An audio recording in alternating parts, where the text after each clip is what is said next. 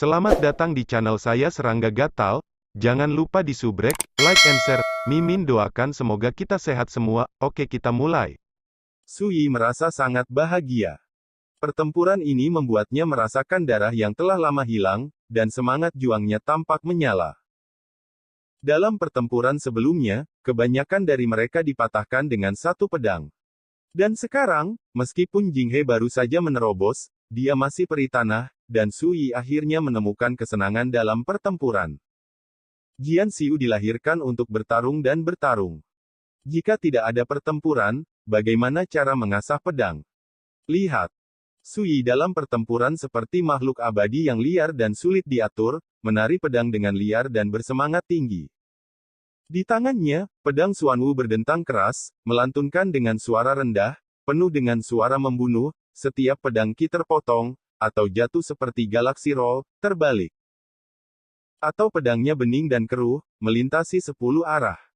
Makna mendalam dari Sutra Pedang Sukacita Besar ditafsirkan dengan jelas oleh Su Yi dalam pertempuran. Sampai akhir pertarungan, pikiran Su Yi terbenam di dalamnya, dan semangat serta semangatnya harmonis dan dapat diakses. Melepaskan. Sebaliknya, biksu muda Jinghe, saat pertempuran berlangsung, wajahnya menjadi serius. Pada akhirnya, ada ekspresi terkejut yang tak terkendali di alisnya. Jinghe, yang baru saja menerobos perbatasan, awalnya sombong, berpikir bahwa dia dapat dengan mudah mengalahkan Su Yi dan kelompoknya. Siapa yang mengira bahwa hanya Su Yi, seorang wuzong muda, yang akan menahannya? Biarkan dia menggunakan keterampilan uniknya, melakukan gerakan pamungkas, dan bahkan menggunakan banyak kekuatan gaib Buddhis, tetapi tanpa kecuali, semuanya diselesaikan oleh Su Yi. Jika tidak dikonfirmasi lagi dan lagi dalam pertempuran, Su Yi memang master di tingkat kedua kultivasi raksasa. Jing dia merasa lebih luar biasa. Saat pertempuran berlangsung, kekuatan kendo Su Yi menjadi semakin ganas dan menakutkan. Sampai hari ini, itu bahkan membuatnya merasakan tekanan, dan tekanan itu masih terus bertambah. Bagaimana mungkin? Apakah orang ini masih manusia? Kapan monster seperti itu muncul di Dazu? Dapatkah dikatakan bahwa putra ini adalah monster tua yang lahir dari merampoknya? Serangkaian keraguan mengalir di benak Jinghe dan bertahan. Tidak ada lagi. Jinghe menyadari bahwa jika situasi pertempuran ini tidak diubah, kali ini kemungkinan besar kapal akan terbalik di selokan. Memikirkan hal ini, dia menggertakkan giginya dengan tajam, dan tatapan tegas muncul di matanya. Membekukan. Momentum Jinghe berubah, dan api Buddha emas di sekujur tubuhnya membubung seperti mendidih, seolah-olah mengeluarkan semua energi dan semangat seluruh tubuh, semuanya mengalir ke Sue Liang Jie Dao di tangannya. Boom! Aula bergetar, apakah itu Ning Siji dan yang lainnya, atau biksu tua dengan alis putih dan lainnya, mereka sangat menyadari momen ini. Seperti daya tarik, mereka dengan panik berkumpul menuju Jinghe di kedalaman aula. Saya melihat sosok Jinghe melayang keluar dari udara tipis, dan udara yang bergejolak berpusat padanya, membentuk badai Yuanli yang mengerikan. Dalam badai, api Buddha emas menyala hebat. Dari kejauhan, sosok biksu muda Jinghe tampak seperti seorang Buddha yang berdiri di dalam nyala api badai, dan nafasnya begitu kuat hingga membuat orang gemetar. Ini. Ning Siwei dan yang lainnya merasakan suasana yang sangat berbahaya. Membakar roh dan roh sendiri untuk menggunakan kekuatan langit dan bumi secara paksa, apa bedanya dengan penghancuran diri? Sambil menyaksikan adegan ini, Su Yi tidak bisa menahan untuk menggelengkan kepalanya, "Iya. Karena kamu tidak ingin menjadi batu asahanku lagi, aku akan memberimu tumpangan." Su Yi meregangkan tubuhnya. Dia mendengar deru sungai yang mengalir di tubuhnya, dan kulitnya sebening kristal, seperti safir, dengan untaian syair Dao muncul. Dan semangat, Qi dan darah, basis kultivasi, dan kekuatan fisik internal dan eksternalnya juga sepenuhnya terintegrasi pada saat ini, mencapai konsentrasi yang belum pernah terjadi sebelumnya. Potong. Tiba-tiba, Jinghe, yang sudah sangat siap, tampak serius, dan memotong Jie Dao dari tangannya. Boom!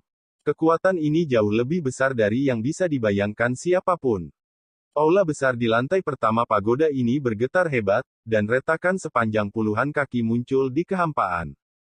Melihat adegan ini, Ning Siji dan yang lainnya yang sedang bertarung, biksu tua dengan alis putih dan yang lainnya semua menahan napas dan melihat ke atas. Bagaimana Suyi bisa menolak? Lihat. Ekspresi Suyi acuh tak acuh, matanya tak tergoyahkan, dan jauh di lubuk hatinya, niat membunuh yang sudah lama dipendam tiba-tiba meletus. Dentang. Pedang ini biasa-biasa saja dan tidak memiliki momentum sama sekali. Alasannya adalah bahwa semua kekuatan yang terkandung dalam pedang ini dikendalikan secara ekstrim, dan tidak ada jejak luapan.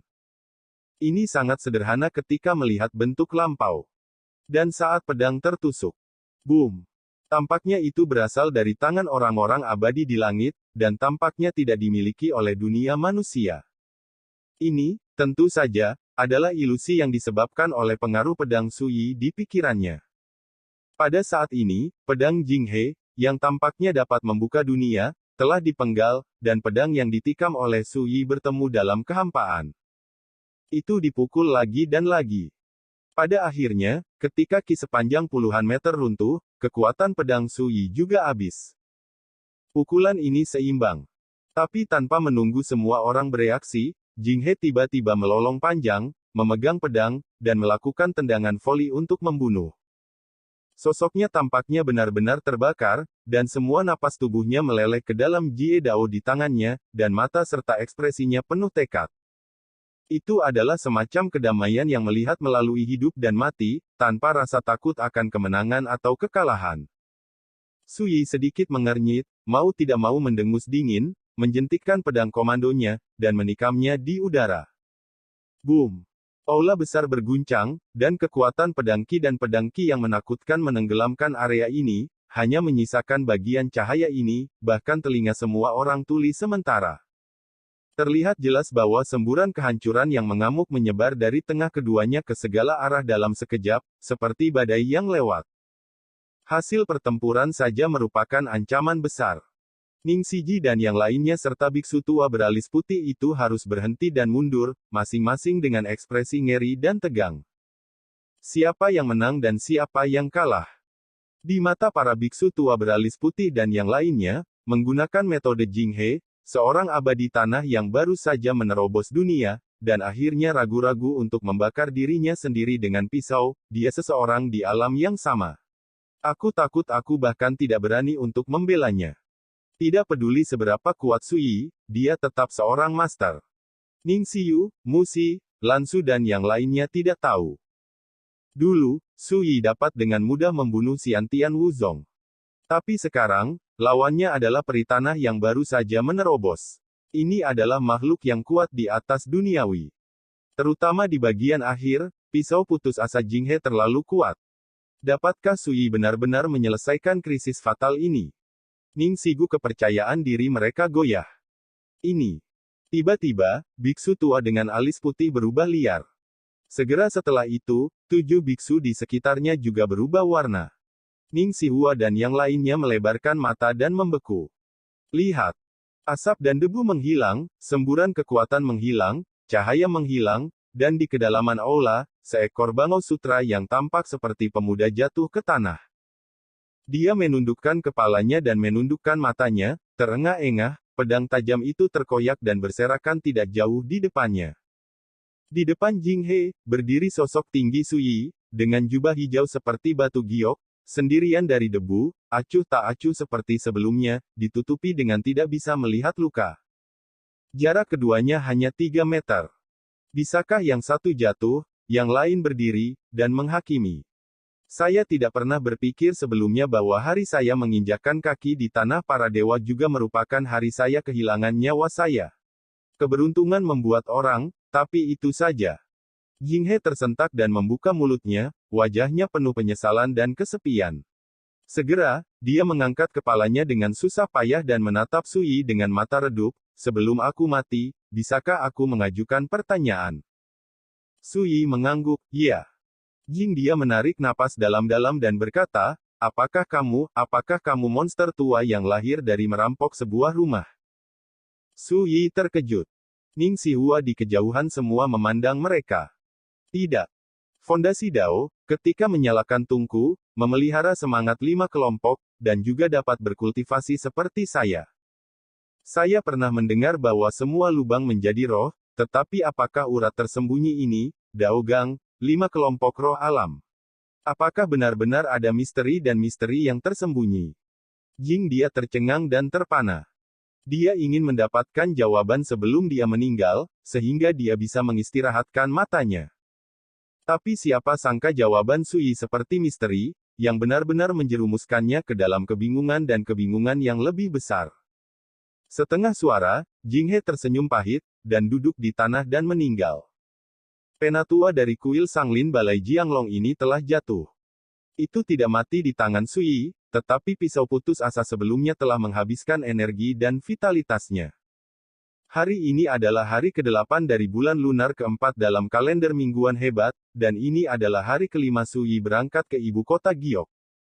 Ini juga pertama kalinya Sui bertarung melawan peri tanah sejak reinkarnasinya. Pada akhirnya, kultivasi ganda master adalah kemenangan.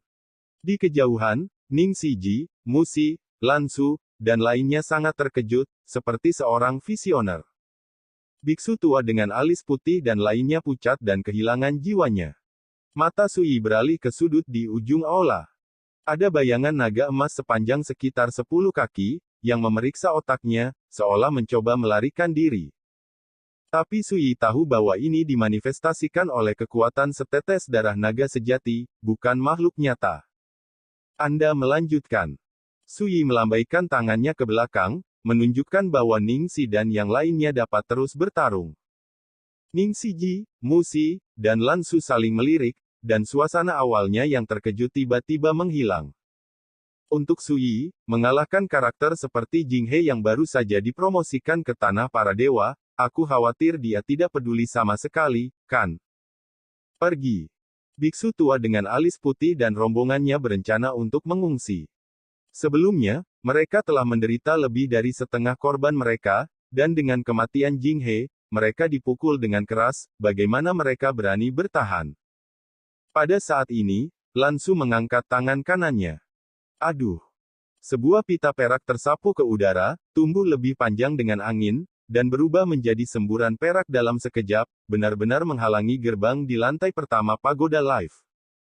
Dia bertepuk tangan gioknya dengan bangga, dan berkata dengan tegas, ini adalah tali surgawi, setelah dilemparkan, itu seperti jaring langit dan bumi, membuat musuh tidak dapat melarikan diri. Musi merasa sedikit panas, dan memuji, bagus. Ning Sijia diam-diam menghela nafas, apakah ini pamer? Tidak, itu hanya kehidupan sehari-hari orang. Ketika biksu tua dengan alis putih dan yang lainnya melihat ini, mereka mau tidak mau menunjukkan keputusasaan. Perang pecah lagi. Namun, sulit bagi Sui untuk memperhatikan pertempuran seperti itu. Dia melangkah mendekati bayangan naga emas. Aduh! Bayangan naga emas berkelebat, secepat listrik, hendak kabur, tetapi masih setengah jalan ketika dihalangi oleh pedang, dan harus menghindar ke sisi lain yang tersapu. Tapi kemanapun arahnya, ujung pedang itu seperti mata panjang, selalu selangkah di depan untuk memblokirnya. Saat Sui bergerak maju, dia juga memaksa bayangan naga emas untuk mundur ke sudut. Jangan takut, selama kamu patuh, aku tidak akan menyakitimu. Sui membuka mulutnya, dan apa yang keluar dari bibirnya adalah suara suku kata yang rumit dan tidak jelas, dengan keagungan unik dalam suaranya yang dalam. Ini adalah skrip rahasianya. Bahasa kuno yang diciptakan oleh roh surga dan bumi sejati. Selain itu, ketika Sui berbicara, dia membawa aura indera ilahi, sehingga ketika suaranya terdengar, itu seperti makhluk kuno yang berbisik. Bayangan naga emas sepanjang sekitar 10 kaki membeku, seolah terpana. Adegan ini membuat Sui diam-diam kagum, setetes darah naga asli, tetapi tampaknya mengandung spiritualitas yang tak terbayangkan, hampir seperti kehidupan, luar biasa. Jika itu benar-benar naga hidup, seberapa kuatkah naga itu? Memikirkannya, Sui membalik telapak tangannya dan mengeluarkan patung Buddha seukuran telapak tangan. Itu melingkar dalam bentuk naga asli. Ini adalah patung Buddha misterius yang dimurnikan dari tulang belulang roh sejati. Beri kamu kesempatan. Sui menunjuk ke patung Buddha di tangannya, dan berkata kepada bayangan naga emas, dia masih menggunakan naskah rahasia yang tidak jelas dan rumit dari roh sejati. Bayangan naga emas ragu-ragu dan bertahan. Sui berdiri di sana, tenang. Pada akhirnya, bayangan naga emas berubah menjadi sinar cahaya keemasan dan menyapu patung Buddha di tangan Sui. Terlihat dengan mata telanjang, patung Buddha ini bersinar dengan lingkaran cahaya merah terang yang megah, bercahaya dan bercahaya.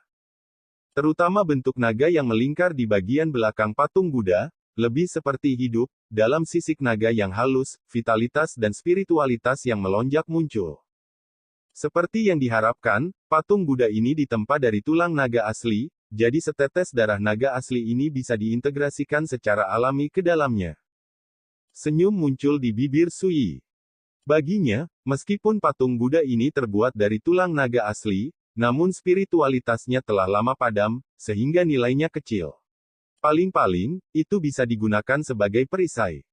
Sebaliknya, setetes darah naga sejati ini sangat berharga sehingga tidak ada bedanya dengan mendapatkan kekayaan besar. Itu bisa dianggap sebagai obat ajaib. Bahkan jika seorang biksu spiritual melihatnya, dia akan mengeluarkan air liur. Singkirkan patung Buddha dengan setetes esensi darah naga sejati, Sui berbalik dan melihat ke kejauhan. Pertempuran akan segera berakhir, dan Lan Xu telah memainkan peran kunci dan telah memberikan kontribusi besar. Dengan hartanya yang tak ada habisnya, dia tiba-tiba menghancurkan lawannya menjadi sebuah kekalahan. 17 sekte bela diri bawaan dari kuil Sanglin semuanya hanyut. Bagaimanapun, pihak lain adalah seorang kultivator yang keluar dari kuil Sanglin, jauh dari sebanding dengan seni bela diri bawaan di dunia sekuler. Lan Xu sangat bersemangat dan tidak ada habisnya. Ning Siji dan Mu Si sangat emosional. Mereka tidak pernah berpikir bahwa dengan Lan Xu, akan sangat mudah untuk membunuh Xiantian Wuzong dari kuil Sanglin. Tuan Muda Su, saya tidak menyangka Anda begitu kuat.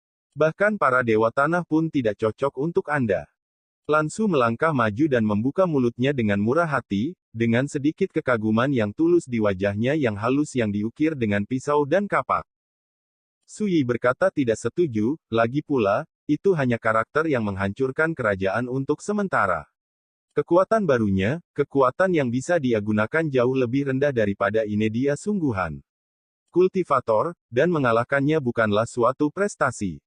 Jalan Yuandao dibagi menjadi 3 alam, Bigu, Yuanfu dan Juxing. Mereka yang baru saja memasuki jalan Yuandao adalah biksu di alam Inedias, yang bisa makan tanpa makanan, dan minum embun sambil makan. Jinghe sebelumnya memasuki ranah Inedia. Tapi Anda adalah master kultivasi tingkat kedua, dan mampu melakukan ini. Sudah, sangat kuat. Lan Xu berbicara dengan sungguh-sungguh. Subkata hanya dapat menggunakan beberapa karakter, sangat, secara bersamaan. Ning Siji dan Mu Si tidak bisa menahan tawa ketika mendengar ini. Sui juga tercengang. Lan Xu ini terlihat cantik, mulia, dan murah hati. Siapa yang mengira bahwa ada sedikit pesona naif dalam temperamennya? Pagoda ini memiliki 9 lantai. Tempat ini hanya lantai 1. Ayo, kita ke lantai 2. Sui berkata, dan berjalan menuju sudut tenggara aula utama. Ada tangga batu, naik selapis demi selapis. Ning Siwei dan yang lainnya mengikuti. Pagoda ini tidak sederhana, pertempuran yang terjadi sebelumnya luar biasa, tetapi di lantai pertama aula ini, apakah itu dinding, pilar batu, atau tanah, tidak ada kerusakan. Bahan yang digunakan untuk membangun menara ini terlihat sangat luar biasa. Selain itu, sebelumnya, Sui juga menyerahkan setetes darah naga asli yang berubah menjadi bayangan naga emas Zhangsu.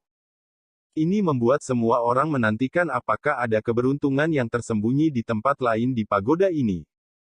Tangga batu memiliki total 18 lantai. Saat sampai di lantai 2, Anda akan melihat aula kosong dengan hanya kuil Buddha setinggi 30 kaki yang terbuat dari batu hitam. Hanya saja, kuil itu kosong dan tidak ada apa-apa. Anda dapat melihat kuil ini, Mu Si sekilas mengenalinya, dan berkata, saya mendapatkan liontin giok dari kuil ini saat itu. Sui melangkah maju untuk menyelidiki, tetapi tidak menemukan sesuatu yang istimewa, dan segera membawa kelompok itu ke bagian pagoda yang lebih tinggi. Mereka kecewa, karena lapisannya naik, setiap aula kosong tanpa apa-apa, atau ada beberapa peralatan dekorasi yang tidak berguna. Sampai mereka mencapai lantai 9, tidak ada yang ditemukan. Tempat ini sangat misterius, kenapa tidak ada harta yang tersisa? Ning Siwa bingung. Mereka berjalan sepanjang jalan, pertama memasuki kedalaman Bao Chayaoshan, dan kemudian masuk ke reruntuhan kuil Buddha. Di puncak gunung, masuki pagoda 9 lantai yang tingginya ratusan kaki. Selain bertarung dengan sekelompok master dari kuil Sanglin, dan mengambil setetes darah naga asli, mereka tidak menemukan apapun yang berharga. Ini tentu saja membingungkan. Rajna Zen Garden, Evil Dragon Forbidden Land. Jangan lupa, tulisan di kedua loh batu itu, menurut saya, tempat ini sama sekali bukan harta karun, yang asli misteri tidak tersembunyi di ketinggian pagoda ini, tetapi tersembunyi di bawah pagoda. Berbicara, Sui sepertinya mengingat sesuatu, dan bergegas ke lantai pertama pagoda. Setelah tiba di sini, dia mengalihkan pandangannya ke lukisan dinding yang layu dan rusak di keempat dinding dan mengamatinya dengan cermat.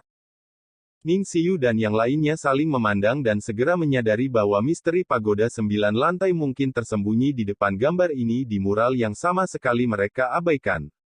Sekian dulu update-annya, tunggu lanjutannya di channel saya Serangga Gatal, di subscribe ya guys. Terima kasih.